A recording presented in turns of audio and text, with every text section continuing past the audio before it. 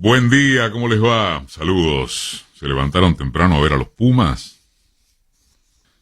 Chistecito.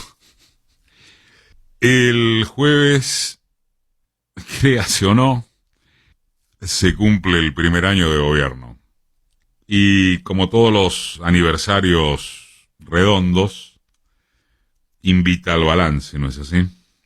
Siempre, de todos modos, y siempre lo hemos dicho, siempre debería suceder que este tipo de reflexiones involucre también a la oposición y al conjunto de actores sociales que son determinantes o influyentes en el andar del país, porque de lo contrario, antes que honestidad, hay parcialidad analítica. Y desde ya no existe prácticamente un solo parámetro de evaluación que no deba estar regido por la pandemia. Tener presente semejante aspecto es de una elementalidad pavorosa, pero no es menos alarmante la cantidad o calidad de gente capaz de despreciar este marco, el pandémico, como si se tratara de haber vivido un año político juzgable con los mismos requisitos de uno normal. La furia mediática, los todólogos a tiempo completo, los barrabravas de micrófonos permanente o al paso, los instigadores anticuarentena, los chimenteros profesionales puestos en rol de analistas profundos, la falta de mínimo rigor comunicacional, todo ese paquete juzgó como si hubiese sido un año como cualquiera. Habrá quien diga, y está bien, nada nuevo bajo el sol. Está bien, pero no sirve de consuelo. Sí, en todo caso, para estimular lo imprescindible del pensamiento crítico y de mensurar datos duros. Los datos duros. Un enorme ejemplo de estas horas son los índices de pobreza e indigencia difundidos por el órgano de la Universidad Católica Argentina que se dedica a observar la deuda social.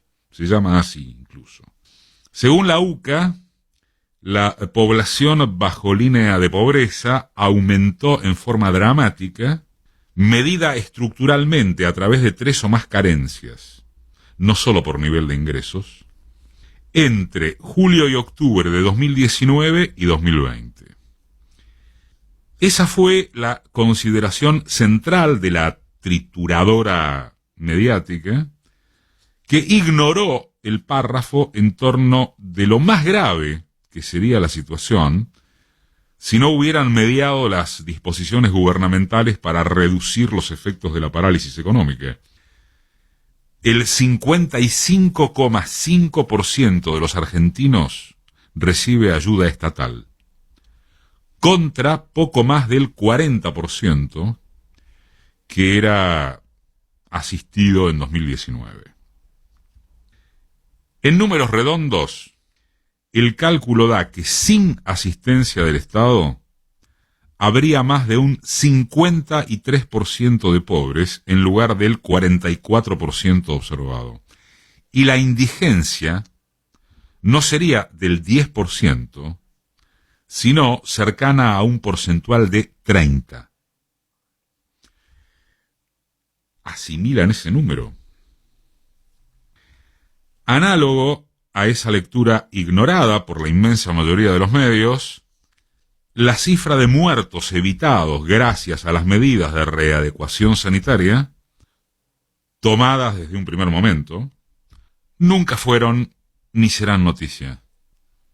Es noticia que todo lo hecho fue al divino botón porque solo importa que los fallecidos por el virus terminan siendo numéricamente tan impactantes como lo que pretendía evitarse, cuando estaríamos sufriendo algo mucho peor de no haber evitado lo que no es noticia. Salvo que algunas o todas las vacunas previstas den resultado favorable inmediato, se verá qué ocurre si nos toca el rebrote que padece Europa, Pero nada quitará, y esto uno lo incluiría o lo situaría a la cabeza de un balance, que hay que sacarse el sombrero frente a cómo resistió y resiste nuestro sistema de salud un embate inédito, demoledor, en este país que queda en el culo de ese mundo al que no sabemos integrarnos por obra del pérfido populismo. Son meros recordatorios para tener en cuenta, y nadie intelectualmente honorable los dejaría de soslayo en esta instancia de balance a un año de gobierno. Nos parece que es de ahí para abajo que deben sacarse las cuentas principales de cómo nos fue en este año horripilante, valga la figura. Cuentas alcanzadas por el hecho de que nadie, asimismo, debería apuntar a tontas y locas contra un Estado definible como ausente. ¿En serio? En lo nodal estuvo ausente. Pongámosle que la catástrofe dejada por Macri no habilita excusas. ¿Por qué? Porque estaba en el inventario archisabido. Hagamos que la herencia más jodida de, por lo menos, la historia democrática argentina no tiene valor superlativo.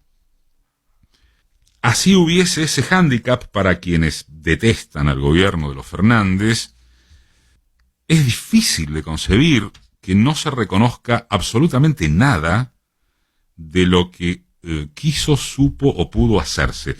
Difícil de concebir, con excepción del odio de clase, del resentimiento de los mediopelo aspiracionales y del infantilismo testimonial.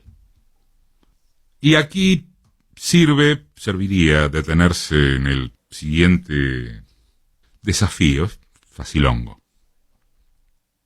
En estos días, en estas semanas, se precipitaron la espantosa improvisación oficial en la despedida a Maradona, el episodio que enredó a Felipe Solá respecto de lo que hablaron Alberto Fernández y Joe Biden, las marchas y contramarchas para mejorar el ingreso y la periodicidad del aumento de los haberes jubilatorios, aunque al cabo eso terminó positivo o mejorado para el sector pasivo.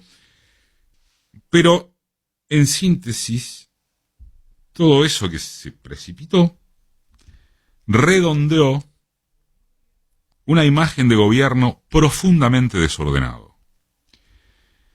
Eso suele ser aludido como serios problemas de gestión. Y es cierto. No ya para quienes tenemos acceso a cierta información reservada, sino para cualquiera que siga con interés el curso noticioso general, sin tampoco prestar vigilancia específica a las entrelíneas.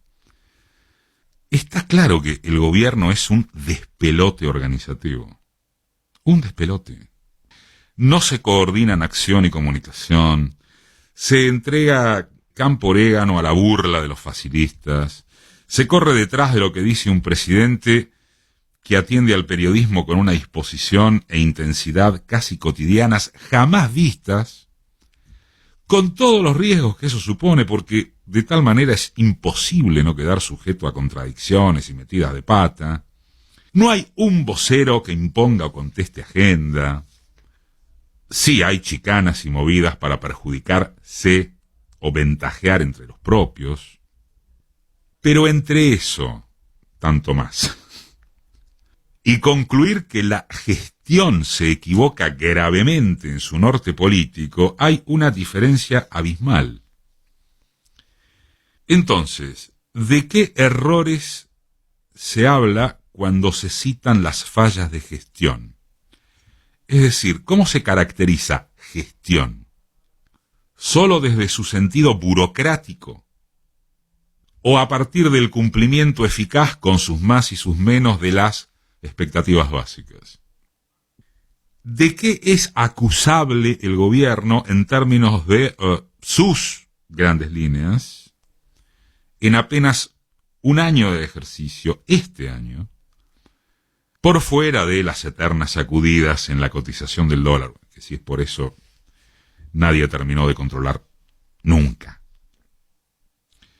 En medio de soportar la pandemia, de bancarla, intervino con las armas disponibles para morigerar el drama social y contener estallidos. Cerró con los bonistas contra todo pronóstico de los manosanta del establishment. Va hacia una negociación con el fondo en la que hay dos lados del mostrador. Los enojados y los furiosos expresan por sí solos que las tensiones internas con Cristina no son antagonismo principal. ¿Y qué aportó la oposición en todas sus formas? Que no fuese remitirse a la impureza moral, ideológica u operativa de este frente gobernante, a veces caótico, a veces impreciso, a veces timorato, pero en ningún caso peor que aquello a lo que se le pudo ganar en las urnas. ¿Qué aportó? ¿Convocar a la calle en defensa de los patriotas de Vicentín?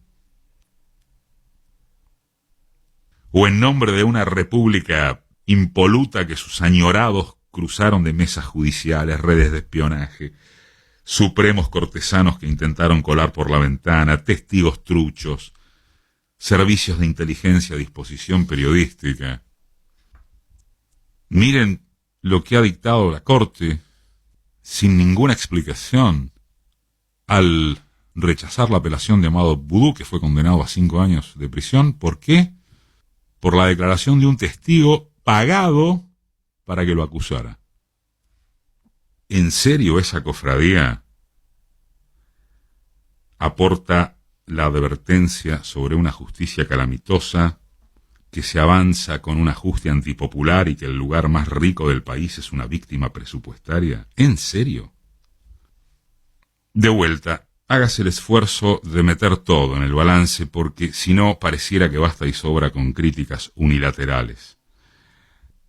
Aun si se quiere defenestrarlo, el gobierno no es el único que cumple un año. También lo hacen quienes ratificaron por qué tuvieron que irse.